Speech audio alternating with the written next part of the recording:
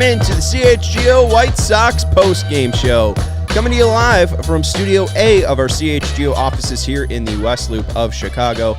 I'm your host, Sean Anderson. We got the full CHGO White Sox crew with me. That's Vinnie Duber, our CHGO White Sox beat writer. You can follow him at Vinnie Duber.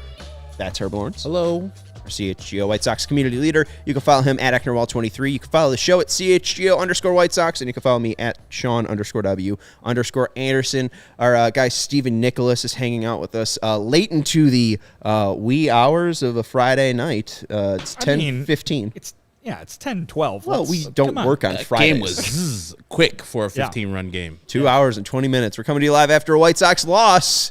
The Sox scored one of those 15 runs. They lose 14-1. What? They scored the first one. They did. They got off to a hot start. 14 unanswered. It was all downhill from there. Elvis Andrus had a nice game. And that's it, everybody. We're going to talk to you on Sunday. Nothing else happened. This has been your Elvis Andrus update. Oh, and we needed it. Herb was just tanking. The legend. Now 100 career home runs, over 2,000 career hits. The active still. What else do you want from Elvis Andrus? His name is Elvis, too? His name is Elvis. Yeah. There's 50 million Elvis fans. They all can't be wrong. I want him to be on a different team. Do this for a different team. Because as you see, a 3-for-4 night, still get that ass tapped. Yeah, yes, they did. We're going to talk mostly about Michael Kopech, who got rocked in Colorado. It was never smooth sailing for Michael Kopech at any point. Walked the first guy, and then I think he gave up a homer to the second guy. And then it just 5 runs in that first inning. It was all low. What are we taking away from this Michael Kopech start? Because we joked during the game, and I think before, that this is a developmental year for Michael Kopech as a starter. We all thought that was 2022, but it does seem like with each start, more and more cracks are being shown in Michael Kopech, the starter. It's just that these questions that we've had about what his future looks like for years now, for perfectly understandable reasons, right? The limited playing time that he had due to the injuries, due to the season taking off the COVID season. It made sense that he had to build up, but he hasn't built up to anything impressive at the moment. And so the questions remain unanswered. And the what is Michael Kopech going to be going forward for this team question is still gigantic. And we look ahead to next year. They've traded away Lance Lynn. They've traded away Lucas Giolito. Mike Clevenger has an option that both sides need to agree to. That might not happen as he starts to pick things up here in the second half of the season. They got Dylan Cease. They got Michael Kopech. They got 3 open spots. And if Michael Kopech is a complete question mark, that leaves 4 spots that you are let's say, concerned about if you are a White Sox fan or if you are the White Sox right now. Someone's got to make starts for this team next year. And if Michael Kopech's starts look like that, granted, that was the extreme, but he's had a lot of those kind of moments this year, then that contention that was deemed viable by Rick Hahn at the trade deadline is looking less and less so because you need some starting pitching. And right now, Michael Kopech is not – at the bare minimum, he's not looking like a guy that you can guarantee is going to be able to get the job done next year. Michael Kopech this year has pitched 22-plus first innings.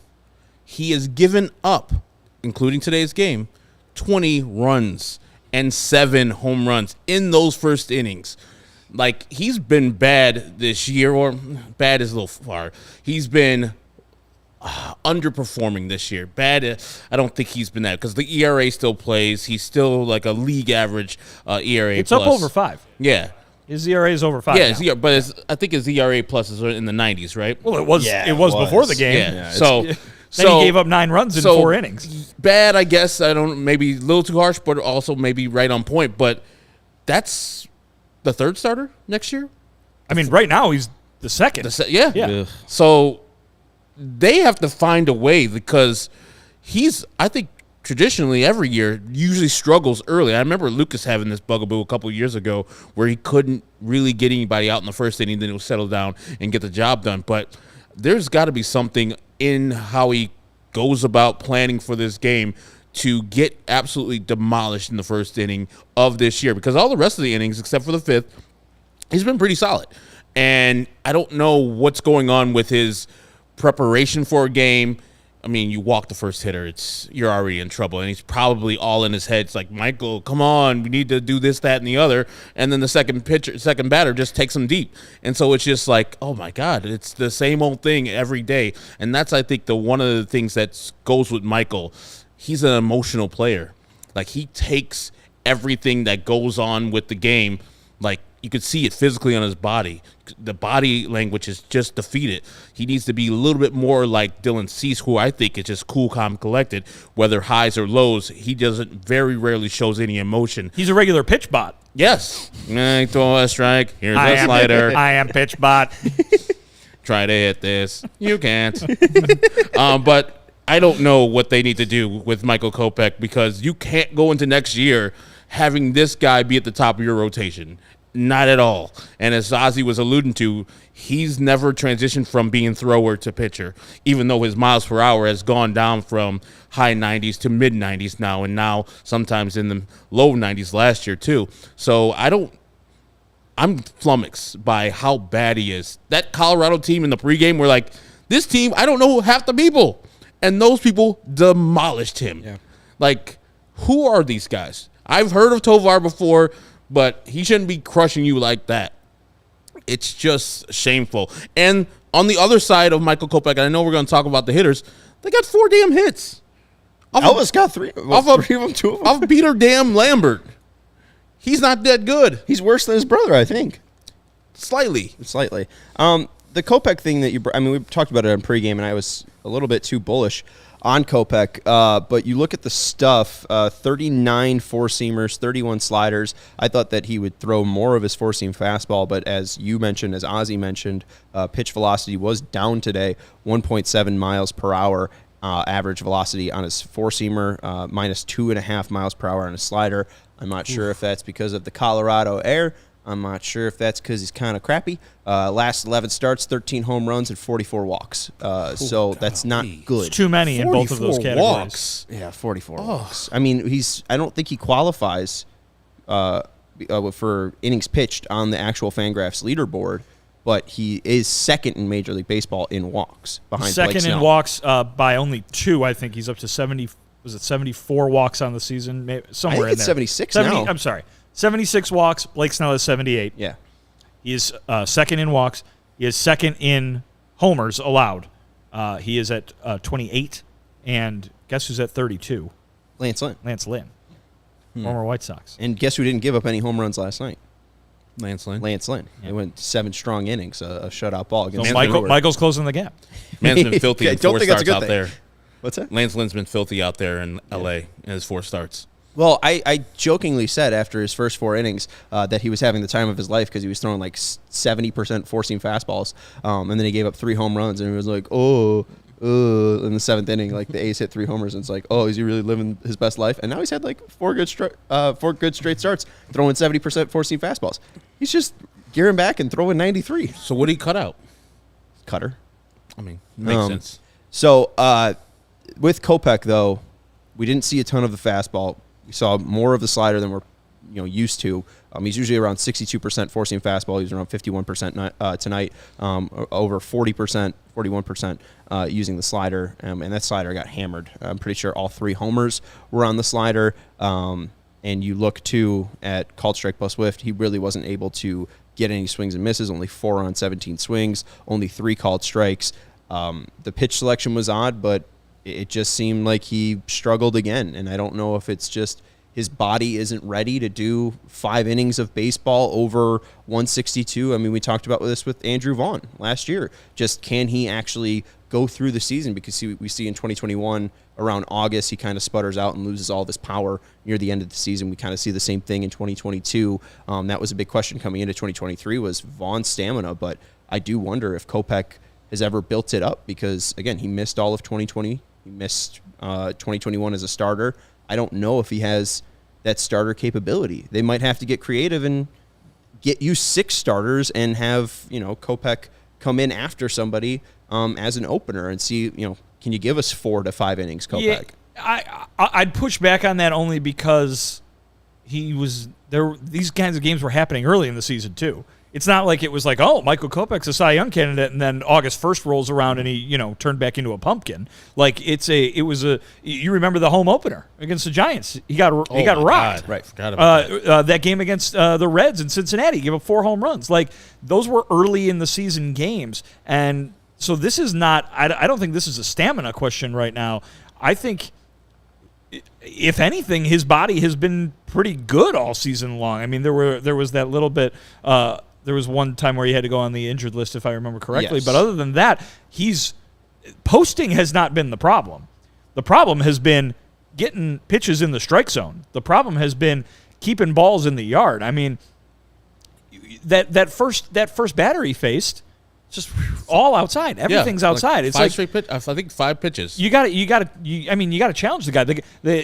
The stuff, we know that Michael Kopech has really good stuff. Why is he not going after the guys? Again, I'm sure I'm not the first person to bring that up. I'm sure Michael Kopech knows that's what he's supposed to do, but you're not seeing it. And it's they always talk about executing, right? The pitchers always talk about execution and trying to do what they're trying to do. It's not working, and we've seen it. We've seen that not happen for Dylan Cease at times, right? When he's had games when he's walked too many people. For Michael Kopech, it's been a season-long issue. I see a lot of people saying, "Oh, he, put him back in the bullpen, make him the closer." Herb, you just read the first inning stats. Bad. Like, it'd be one thing if he went out there and dominated the first inning, and then we're talking about a stamina issue where it's like, oh man, he can't make it into the third or the fourth without getting hit around or without losing the strike zone. He's getting knocked around in the first inning. Right. So he's just not pitching well, and he'll be the first person to tell you that. So it's been confusing as to why he has not taken that next step. But again, as I was talking about earlier, this has become less of a wow, why are we seeing this year question, and a wow, how are they going to prevent this from hurting them the next time they're trying to play meaningful baseball games come next April. Yeah, and just to add to the comments too, and if you guys are new or anything like that, and Austin's not, but make sure you're hitting that thumbs up button.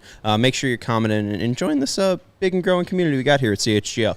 We are very appreciated that even though on this late Friday night we still got people joining us to talk about a 14-1 loss about a team 26 games under 500. So we do appreciate it.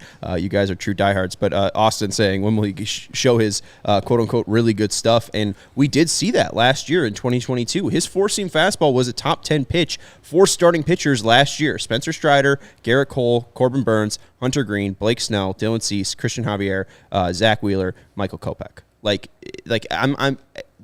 fastball is there. We haven't seen the slider and changeup develop, and I guess that is the frustrating thing, because we did see that clip from spring training where Grandal's like, "Oh, your changeup's really looking like it's a true fourth pitch," and we haven't really seen that curveball come around this year, and that was his second best pitch last year. So it does seem like that pitcher, not a thrower thing is true. It just seems like he is relying on how fast he can blow past his four-seam fastball by guys, and then hopefully they're just looking for four-seamers, and that will throw them off the changeup or the slider. But the other stuff outside of that four-seam fastball have not been there for Kopech. And again, he got absolutely hammered in that first inning on that slider because he wasn't able to locate the four-seam fastball in the zone. So what are you going to do? I was looking for games earlier in the year when he dominated, where he had 10 strikeouts, but there's 4 straight games in May 19th through June 4th where he had 10 strikeouts, 9 strikeouts, 10 strikeouts, 9 strikeouts, and only walked 4 people in that stretch.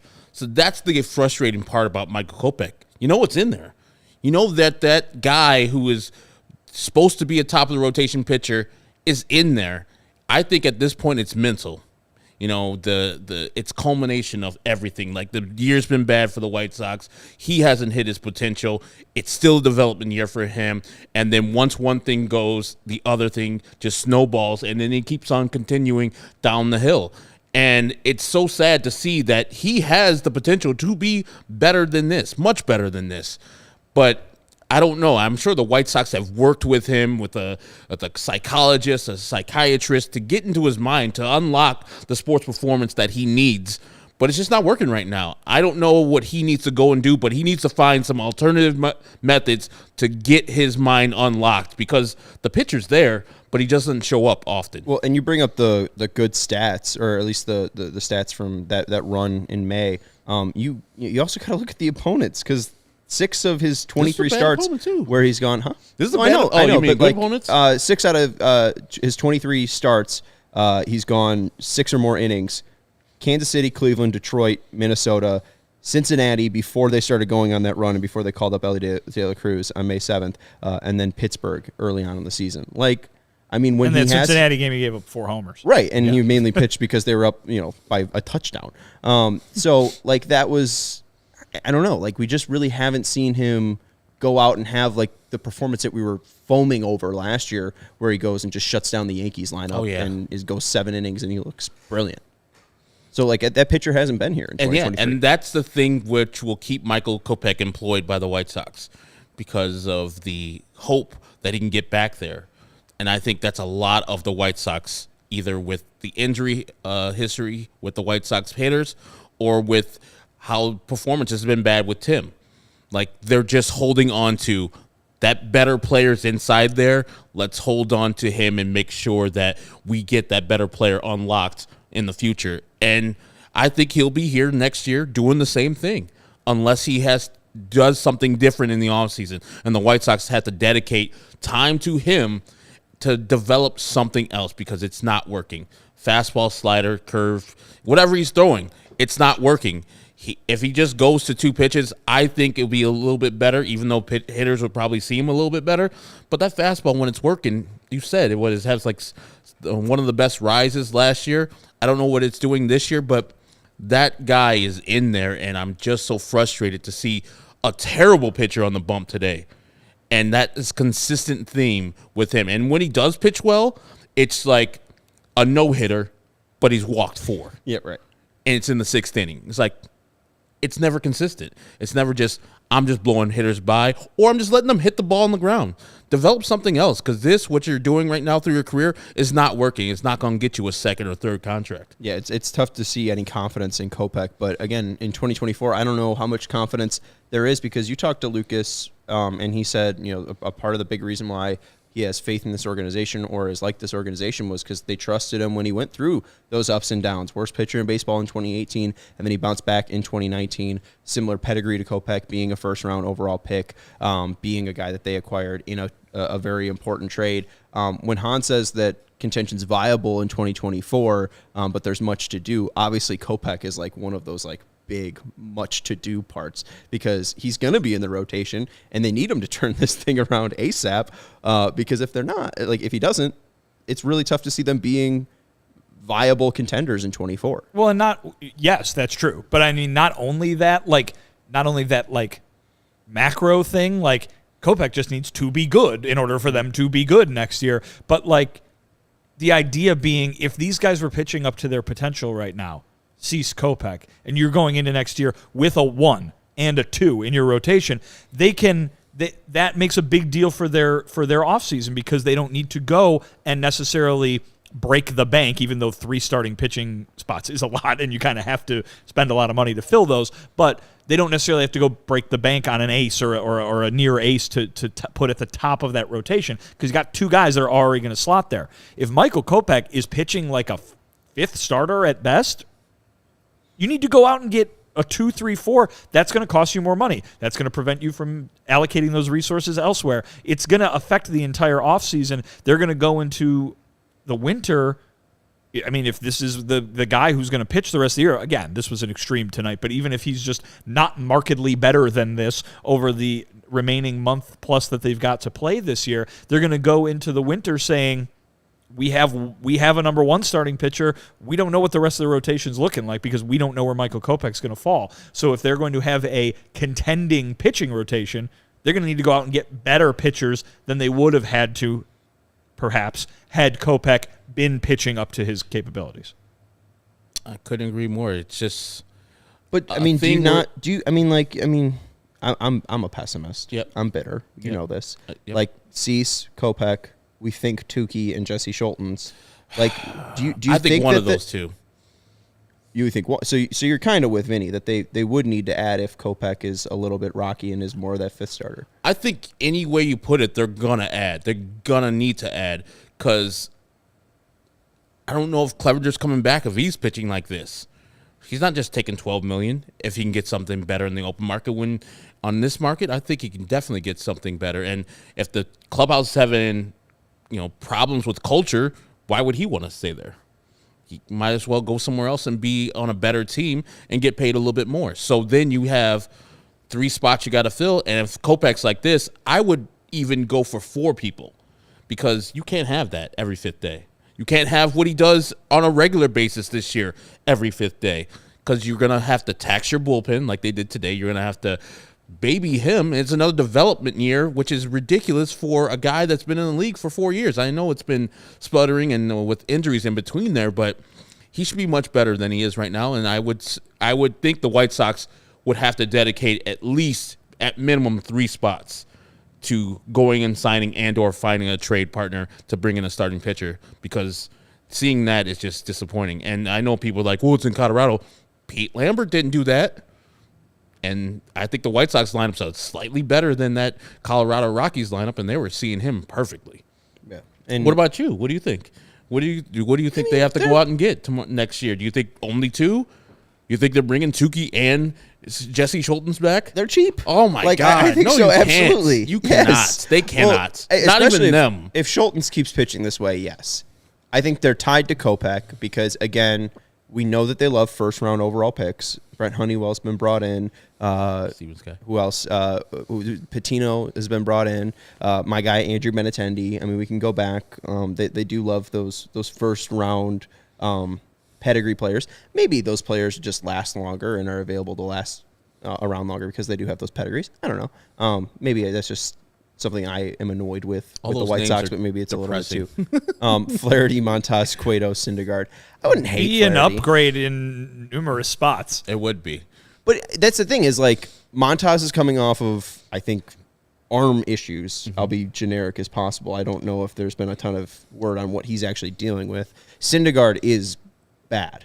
Like, Syndergaard should not be a major league pitcher anymore with the way that he throws. And Cueto is actually the second best option. I think Johnny Cueto could bounce back. He's been okay in Miami. He's been great, but Flaherty back with his high school coach? No? Flaherty seemingly is the best. If Flaherty can throw 97 like he did that one start, his first start with the Orioles against Toronto, he was throwing 97. And everyone's like, where the hell did this come from? And then he faces your Padres and gets lit up through like 86 pitches in the first 2 innings. If we're getting 97 mile per hour Jack Flaherty, sure. But again, like, all of those guys have their own flaws. But also, Kopech has a flaw, and he's cheap, and he's already on your team. You have to do a move. Like, I think that they're just going to likely maybe find 3 guys to fight for a 5th spot, which is, basically, if you're 3 for the price of 1. Listen, Jesse Schultens has looked good. He's got a 3.20 ERA. He's looked good. Touki Toussaint has been fine. If you're going in to 2024 in a year that you're trying to contend, and your starting rotation is Cease, Kopech, Schultens, Toussaint, and Frankie Montas. and someone else, you are not contending for the AL Central. No. Well, but yes and no, because I mean, you might contend for the AL Central because it's the AL Central, but that's not what I mean. I mean that is a rotation. That is and then you have no safety net. Your safety net is all the guys you currently have in Double-A, who you have no idea who's going to pan out and who's not. You know what I mean? Like, Cleveland's got like 4 of those guys in their rotation. Like, 4 of their guys right now are rookies. Yeah, but I can trust on them developing those pitchers. Right. And also, they're not going to make the playoffs. Thanks, Jesus. Yes, they won't. So that's fair. I don't know. It seems like they I don't see a reason to get rid of Kopech. Maybe he's 5th in the rotation, but Schultens and Toussaint should be the guys competing for a 5th spot. Yes. They shouldn't be inked into next year's thing. I'm just talking about in terms of the level of talent you need to have in a starting rotation to compete for and win a division and make the playoffs, to be a playoff team. You're throwing Jesse Schultens in game 2 of a playoff series? Well, yeah. I mean, like, again, like, I feel like we don't know what they're going to set their budget at. I mean, yes, they might need to add talent, but again, how many how many dollars do you actually have to get that talent? Well, no, and that's like, a perfectly reasonable question. And I mean, I think that's why we haven't really said sign. You know what I mean? It's just you have to go get someone by any means necessary, kind of thing. Like, and if again, it's going to be difficult for them to make a trade. It's going to be difficult for them to do. I'm not saying it's going to be easy. I'm saying if they are going to, Rick Hahn said contention is viable. If it's going to be viable, they're going to need a better starting rotation than that. Well, I know two guys that are. I mean, I know Matthew brought up Flaherty, Cueto, Syndergaard, and Montas. There's two guys that I think could possibly help the White Sox rotation: Lucas Giolito and Lance Lynn. Thankfully for them, Lucas Giolito's having a worse time in Los Angeles. Well, he Lance was going Lynn's to be having a free better agent. time. Huh? He was going to be a free agent. Lucas? They didn't trade away a guy they could have kept. No, I'm just saying. right. No, I'm just saying. I mean, I guess they could have done a qualifying offer, but yeah. No, I'm just saying they could go sign him back. They can bring him back. You know? Davis Martin will probably be back, but to answer Theo's question, but not right away. I don't think he would be. I don't think he'd be ready for opening day at all. Because when did he get Tommy John? Was that May? It's memory serves May, but I can look it up. Usually, it's like a 12 to 14 month time. Right. Also, you don't want Davis Martin to be depended on, right? Especially coming off of Tommy John surgery. Right. He only threw a handful of starts in a year where he wasn't coming off of Tommy John surgery. He's not going to throw 25 in a year where he is coming off of Tommy John surgery. Yeah. So he's an option, but not opening day option. So Cease, Kopech, maybe Tukey. Mid-May. Maybe Jesse Schultz. Mid-May for Tommy John surgery for Davis Martin. So maybe June, maybe July for Davis Martin. We'll have to see. But I don't know. It's just too early to tell. I don't know how serious, because Rick can move his way out of that. Like, you know, when they said it's viable, but we have a lot to go, well, they're just kind of crashing to, like, nowhere right now. I mean, I think Fred said earlier, the faceplant to 100 losses. Like, this hasn't been a good post-trade deadline run for the Sox. Hasn't been really encouraging for the Sox in any way. I mean, like, Kopech is supposed to be one of these guys that hopefully you could see something out of down this stretch, and you just have not. I don't know. I don't know if this is extremely motivating to be like, oh, we're definitely going to be contenders in 2024. We need to go pour X amount of dollars into a number 2 starter for this team. Like, I don't know if there's going to be that motivation. I wish there was, because, again, the AL Central is the AL Central. But I think the motivation is you've already spent the money on most of the team. And this was the investment you made. You made the investment. You're paying Yoan Moncada $24 million next year. Yes, you are. The only option right now is to hope that he's worth it. Right. But, I mean, is that the only risk they take? Is, like, maybe Moncada bounces back, and then we can accept the player option, and then maybe we add a pitcher in 2025 or whatever. Like, I don't know if them spending on Moncada is going to force them to add a 18 AAV $1 million so pitcher what? or whatever. You're just paying. The best case scenario is that just some guys have a good season. Like, yeah. I mean, I feel pretty bleak about this team, yeah. I'm just saying, the White Sox have paid to have prime Moncada and prime Eloy and prime Robert. They've paid for this already. Prime Anderson if they pick up the option, right? Mm-hmm. They've paid for this stuff already. Like, they're supposed to be the core of a all-star laden lineup. They're supposed to be the Braves. They're supposed to be. And that hasn't been the case. Right. But they've already paid for it to be the case next year. So they have to hope that it happens next year. And so why wouldn't you give that team the best chance to win? Hope is a dangerous thing? I don't know. I don't know how. I mean, Moncada's been okay. Like, there's been some flashes, but we've said that a lot. He hit the ball really hard today. I would say that the reason why you go after it and set your budget to whoever where you need to is the guy in center field. You need for that guy to realize his potential, and his potential is in the playoffs. People seeing him and not wasting his greatness on this garbage team. And so you owe it to Luis Robert Jr. to be the best you can be, and so push the pedal to the metal. Not go over the luxury tax or the whatever the competitive balance tax, but get as close as you can to that by spending money, and you're going to have to spend majority of that on the starting rotation. And I think most White Sox fans will be like, even if they don't win the Central, like, they'll be disappointed, but at least you tried. I think last year's offseason, everybody's like, I didn't think you tried. You only got 2 people. If you go out and get 3-4 players via trade, via signing them, and you're trying to win the AL Central, while it's not the goal of White Sox fans to make the playoffs only, I think fans would be like, hey, it's a good effort. I appreciate what you're doing. Thank you for finally pushing it all in and trying to win with Luis Robert, not wasting his prime. And so when he leaves here, he'll still be a champion-ass player, but he'll go to some team that actually cares about him. Well, here's what I would say, and you bring up the comparison between last offseason and what they're going to be facing this offseason. Last offseason, they're in a similar spot then in that what I was just talking about, right? They've got all these position players all over the field that aren't going anywhere. And their main thing is, well, I hope that group gets better, right? Yeah. But compared to last season, you're saying, oh, you weren't impressed. The needs were not as dire, nor were they as focused last year. Okay. The needs that the White Sox had last year, and I think we spent a lot of the winter talking about it, were amorphous. You know what I mean? They need to get more, speed. They need to get more power. They need to get better at defense. They weren't a go out and get that position, because if you don't get that position, there's nobody to play there kind of thing. And I think going into this offseason, there is a much clearer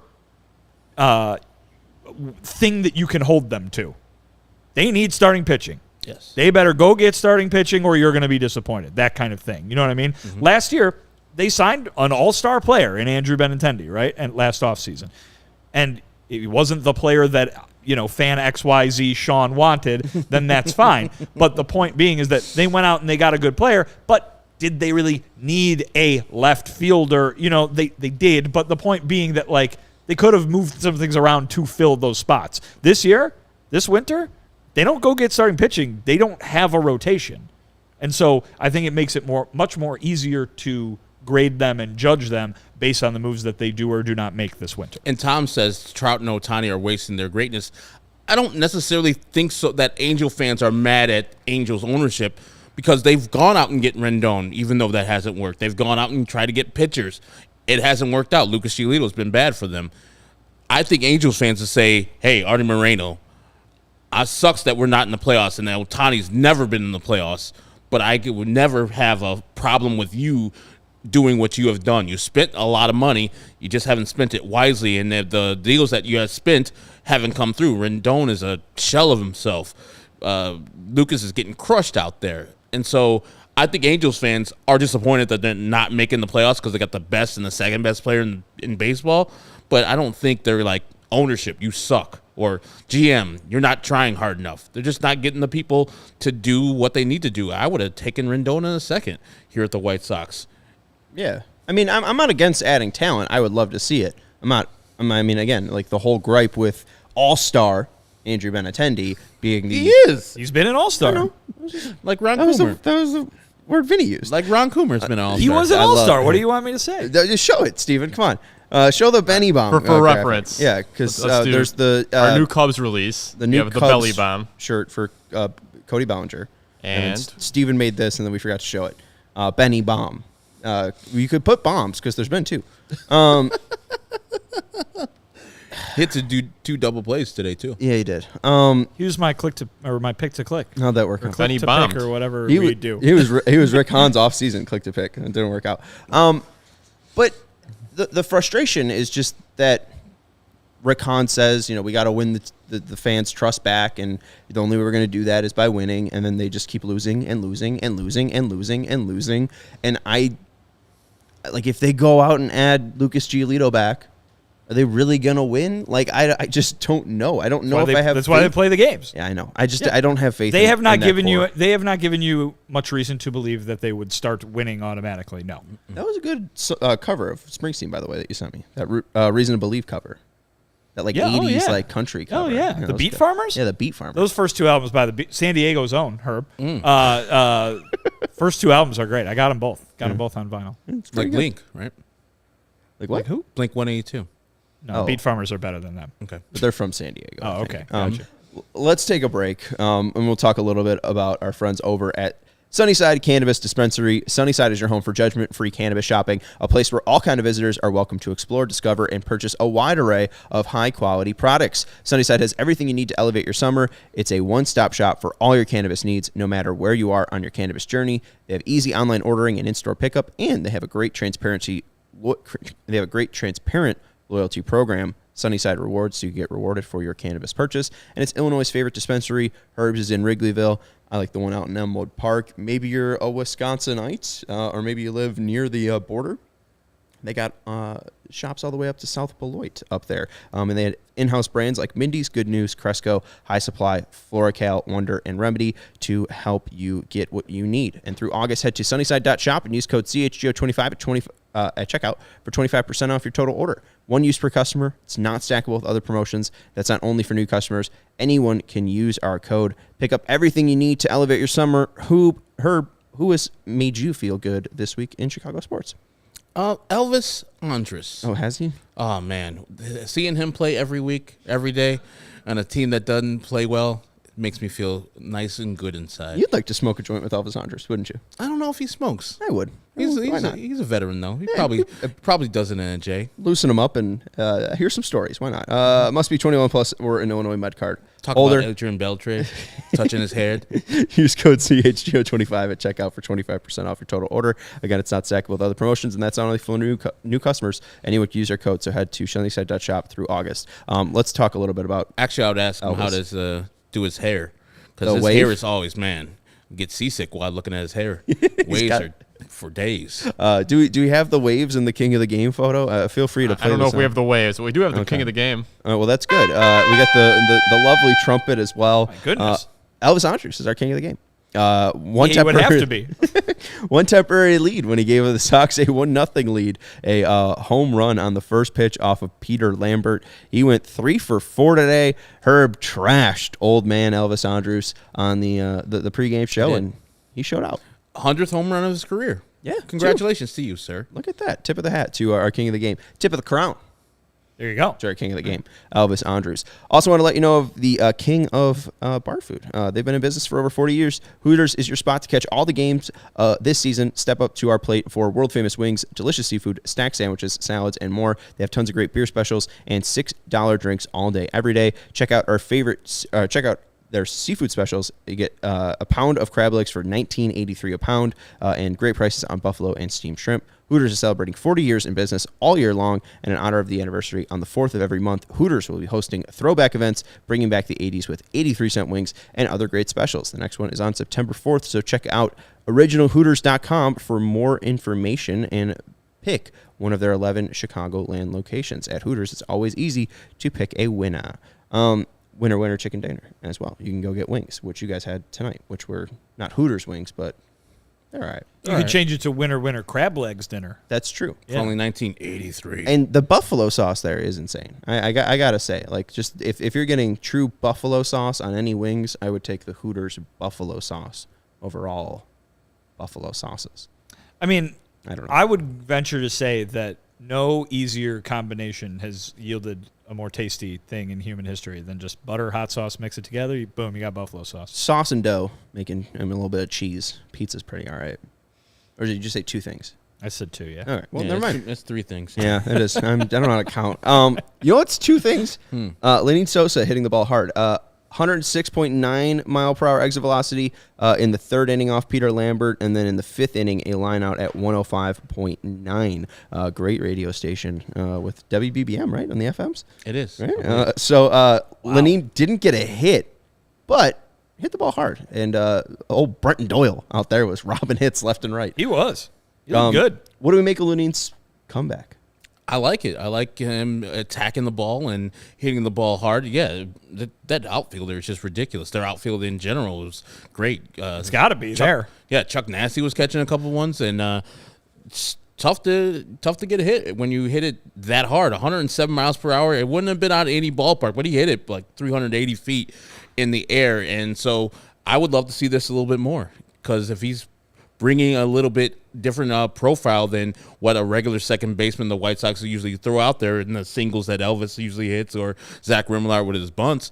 I just want to see somebody else with some future on the White Sox do something.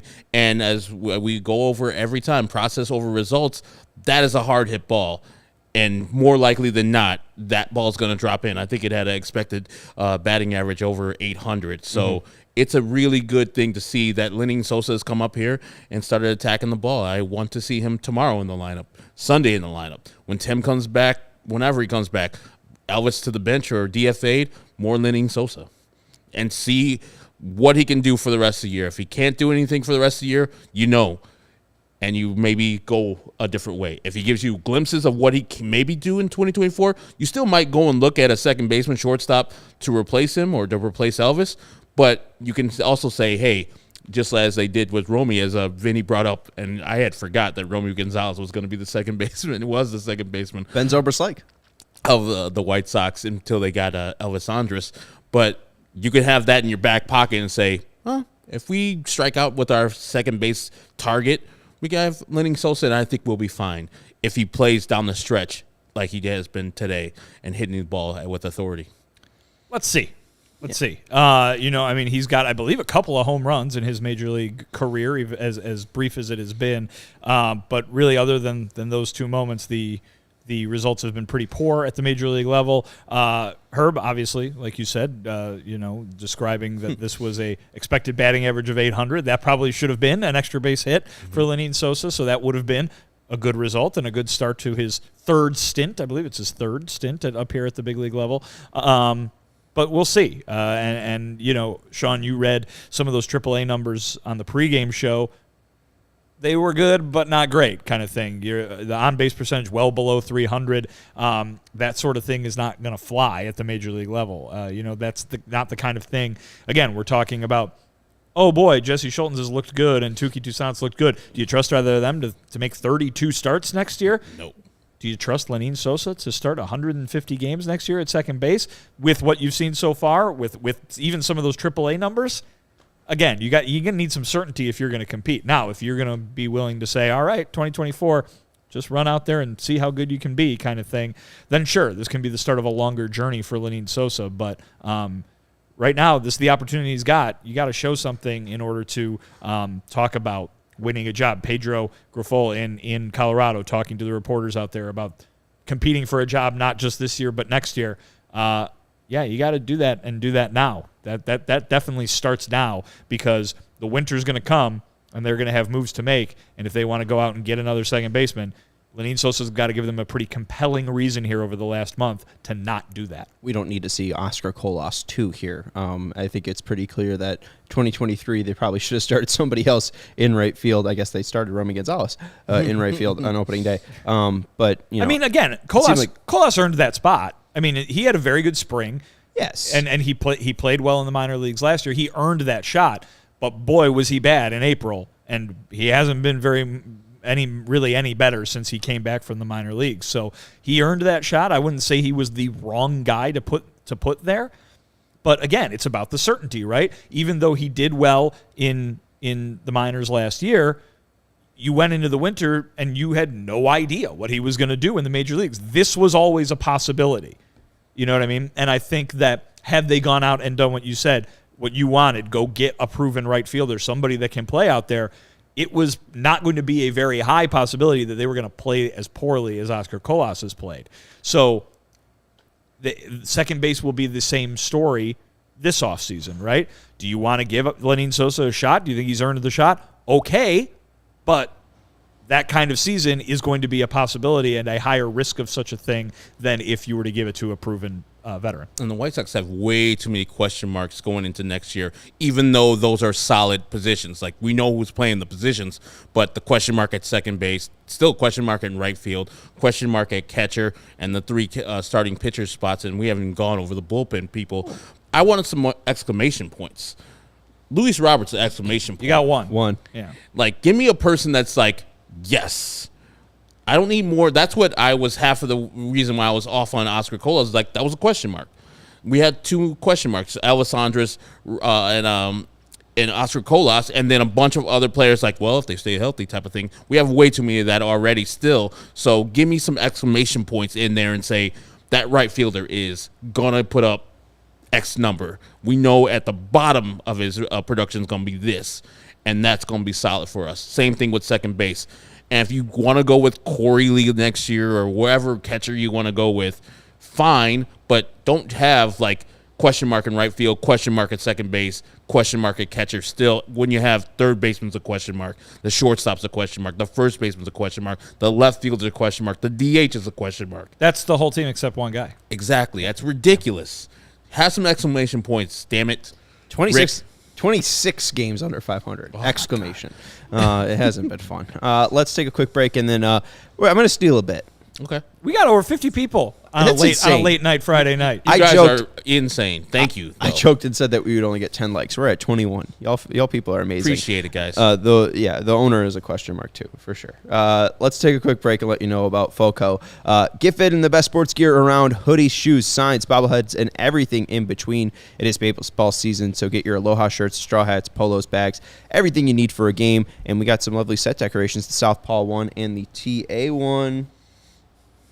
I think he's in Studio B. He walked to Studio B? Oh, he's right there. He's behind me. Oh, there he is. He walked to the shelf. FOCO has donated some few amazing pieces, not only for our set, but also from the Cub set, the Sox set, the Hawk set. So check out FOCO.com or click the link in the description below. For all non-presale items, just the promo code CHGO for 10% off. Also want to let you know about our guy BedCheck Charlie, who is BedCheck Charlie. No. Is it BedCheck Charlie? Yes. All right. The mascot of Lewis University. Students are just like you over at Steven Lewis. wasn't here for BedCheck Charlie. Yeah, find BedCheck Charlie.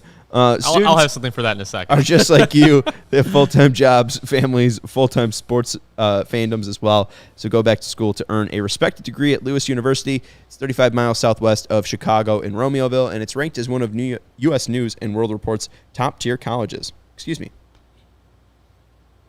If you're looking to complete your bachelor's degree or master's degree or enroll in a professional certificate program, Lewis has the right programs for you. Again, my cousin Maggie finished up her bachelor's degree at Lewis. She didn't love her first choice, spent 2 years at that college, and then moved to Lewis and truly has excelled not only at Lewis but post Lewis. My guy Ashish is getting his master's degree. My 7-Eleven clerk is finishing up. He already got his bachelor's degree in India. He's come over and is going to Lewis now, working at my local 7-Eleven, finishing up his master's degree at Lewis. Or you can enroll in a professional certificate program. Our favorite, of course, the Aviation Maintenance Technology Certificate. You can get an accelerated degree completion programs like computer science, business analytics, criminal justice, business program, and technology programs with the adult undergraduate programs. And again, you can get certificates in many different several career-focused programs. So discover how a degree from Lewis can help you build a better world. Learn more at lewisu.edu/YOU can do this. No BedCheck Charlie?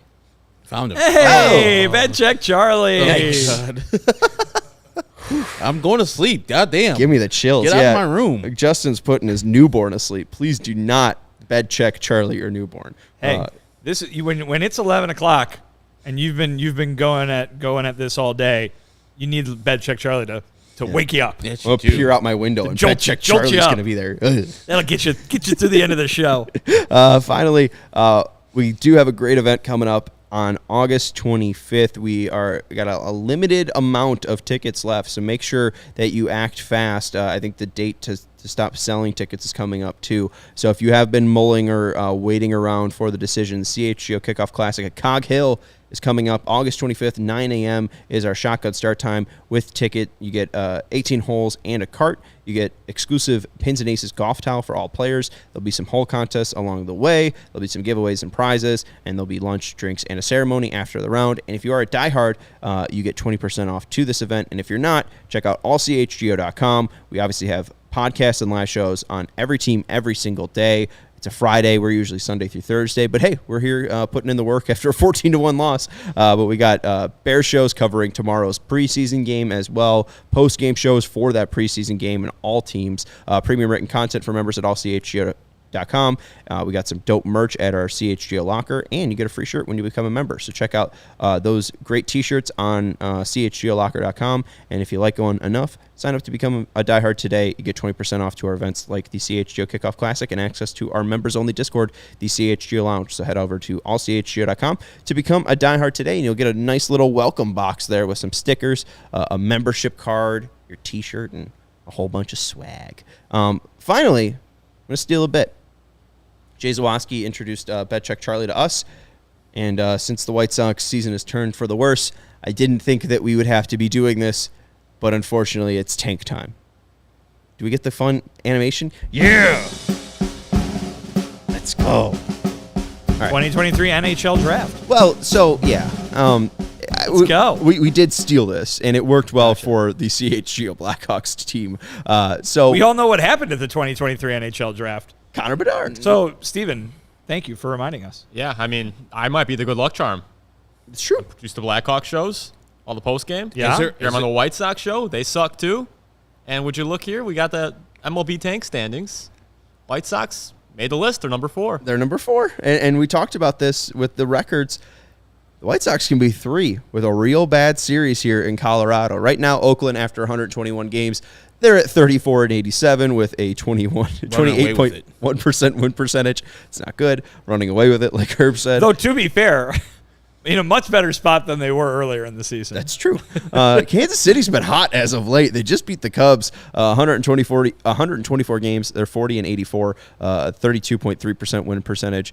Colorado 122 games, 47-75, 38.5% win percentage. And White Sox 122 games, 48-74, 39.3% win percentage. I brought up the whole thing from John Greenberg in the Athletic today. The Cubs and Rockies were going into the final end of the 2012 season. Both teams had a 59-94 record. The Cubs lost all 3 games. They got the number 2 pick. They got the ability to draft Kris Bryant. So we didn't think we'd be talking about take standings, but here we are. If the White Sox lose, they could possibly get in themselves a Kris Bryant over a John Gray if they lose enough games. So, Herb, are you for it? I'm for it, but Okay. is there, as we're saying, this is the equivalent to the Blackhawks, is there a Connor Bedard type player in this draft? No. Is there a Kris Bryant type player in this draft that we can get to the number 2 pick? I don't know. Let's also remember, too, like the NHL, baseball now has a lottery. Well, that's true, and that's what we're going to be stealing here, because what they used to do is they would do 2 rolls. What was the... Well, okay, the spins were contingent on the number of likes that we got. Okay. So currently we're at 24 likes. That's we gonna get just 24 take- spins? That's just going to take forever, it'd isn't be it? 2 spins. So, yeah, in this scenario, if we got to 30 likes, we would get 2 spins. Or if we didn't, we would just get the 1. I would say, how about for each 10 likes, we get a spin. Okay. So if they get up to 30 spins, we'll do 3 spins. Okay. I'm game for Okay. that. All right. So there isn't a Connor Bedard, and that's the whole thing about MLB is it's tough to figure out who are going to be the great guys. There's, 2 guys that have been selected number 1 overall and are Hall of Famers? Yeah. Ken Griffey Jr. and... Harold Baines. Okay. So there you go. And I don't know if that's one of those guys would contend Harold Baines. But I know those 2 are in the Hall of Fame. But yeah, and were first picks. I don't think there's a lot of them. So it's never a guarantee that you're going to be getting a franchise changer. But let's play some fun because it's still a thing. I mean, if you want to vamp a little bit longer, we're already up Are 28. we doing it? Are we doing it? Oh, 28 likes. Well, no, we'll do the first 2 rolls, and then we'll try to get 2 more likes. So make sure you're hitting that thumbs up button. But, Steven, if you're ready, I'm ready to roll. So Oakland at 1, Kansas City at 2, Colorado at 3, White Sox at 4, St. Louis at 5. And this has not been updated for tonight. No. Oh, it This is hasn't. coming into today. Yeah, the ranking or the standings are the same. Yeah. The only thing that's different here is the win percentage, but that won't affect the Sure. the odds for any of these 4 teams. So the Sox have a 13.25% chance to win the lottery. The top 3 teams have a 16.5% chance to win the lottery. So that's also part of the reason why you kind of want So to even lose if to you Colorado. have the 3rd worst record, it's just as good as having the worst record. Yes. Oh, man, that So- sucks for the A's. It does. You want to sim it up, Steven? I'm We ready. got it sharing on screen. We got 1 more like away. We're closing in on an hour, so I feel like I failed as a host. All right, here's the first one. Big I'm money, big getting money, a big really money. weird No, we deja got a vu. dislike. Big money, big money. And Oakland Oh, gets we the lost first pick. more. Colorado 2. So there you go. If the Sox were at 3, they'd have the 2nd overall pick. In this In simulation, this, yes. yeah. If the game, this season, if this was the last, You see him all the series way of down there series. at 5. Yeah. Ugh, So St. Louis, who is at 5, jumps up to 3. Kansas this City loses goes down to for no 4, damn reason. and the Sox end up at 5. So let's reset this and let's get another sim here. So this is the second spin. We're at 29 likes. So 1 more like would be very huge to get a 3rd spin. Simming the lottery now, and the Sox are 2. There 2nd you go. overall pick. Man, this is a good. This computer likes the Cardinals. Yeah. Cardsbot. It's better to be 5th. Hi, I'm Cardsbot. Take your hat off during the anthem. I remember the glory days of Edgar Renteria. We love Super Joe McEwing. I was going to make a Joe McEwing joke, too. Okay. Nice. How about Jose Akendo? St. Louis is the number 1 overall We pick. can't in even this get spin. a 31 Vinny's because somebody keeps on going down. Stop doing the thumbs down, you jerk. Vinny's And dying. go thumbs up.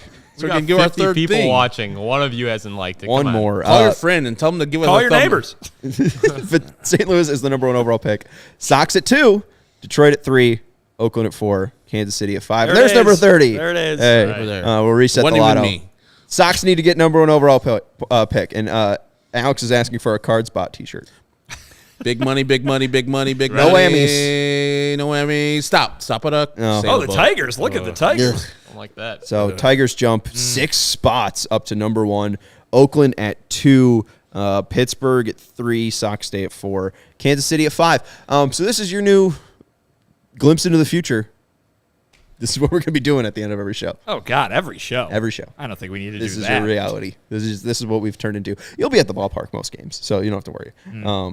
Anyways, we appreciate everyone for hanging out with us on this tough Friday night after the Sox lose 14-1, but some good conversation had by all. That's Vinnie Duber. You can follow him on X at Vinnie Duber. He's our CHGO White Sox beat writer. Stephen Nicholas shaking his head behind the camera. What's up with X now? Looks like your phone is dirty. Oh, yeah, you get right. that? It's like glitchy. No. So they went from a solid black background to like one that's like stylized, and it looks, I don't know, it looks like, shaved ice or like scratched or something. But I just look down and I feel like my phone is dirty or broken. I don't think mine up. You don't have that? No. Herb, you see what I'm talking about? Oh yeah, I see Yeah. it. Oh, I thought you have a scratch in your That's thing. what I'm Yeah. saying. His ex. You Yes, should just have right there. yeah. Where your little app is at? Yeah, no. So that's It funny looks like because your phone is broken. I thought it was glitching. So like my logo is very much black, but then when I click on it, it updates to that. Yeah. So then it looks like it's glitching. It looks like I have a scratch on my phone. Irritating. Did a shortcut, so I changed it back to the regular Twitter theme. Nice. There you go. Because every time I open it, it says shortcut into X. Because I can't stand that X logo. No, it's stupid. And the owner's dumb, too. And you put them next to the Xfinity app, and they look exactly the same. Just one's purple. Have you ever tried to spell words on with your apps? The app placement of you could spell words. Do you? No, I've done it accidentally before, but okay. yeah. All right. Oh, what's your Just favorite saying. word to spell? It's kind of fun. Well, it has to be a 4-letter word, obviously. Oh, okay. No, not a In a swear. row. Just it has to be 4 letters, right? Yeah. So All right. Well, I don't know any apps that have letters as their app. Whatever. We're gonna do that next week. We're gonna favorite letters only, like a favorite letter icon only. There you go. For their apps. super. That's Herb. You can follow him on Twitter at Actonwall23. I'm Sean Anderson. You can follow me on Twitter at Sean_W_Anderson. You can follow the show at CHGO_White Sox. Thank you everyone for hanging out with us. We'll talk to you on Sunday. Goodbye.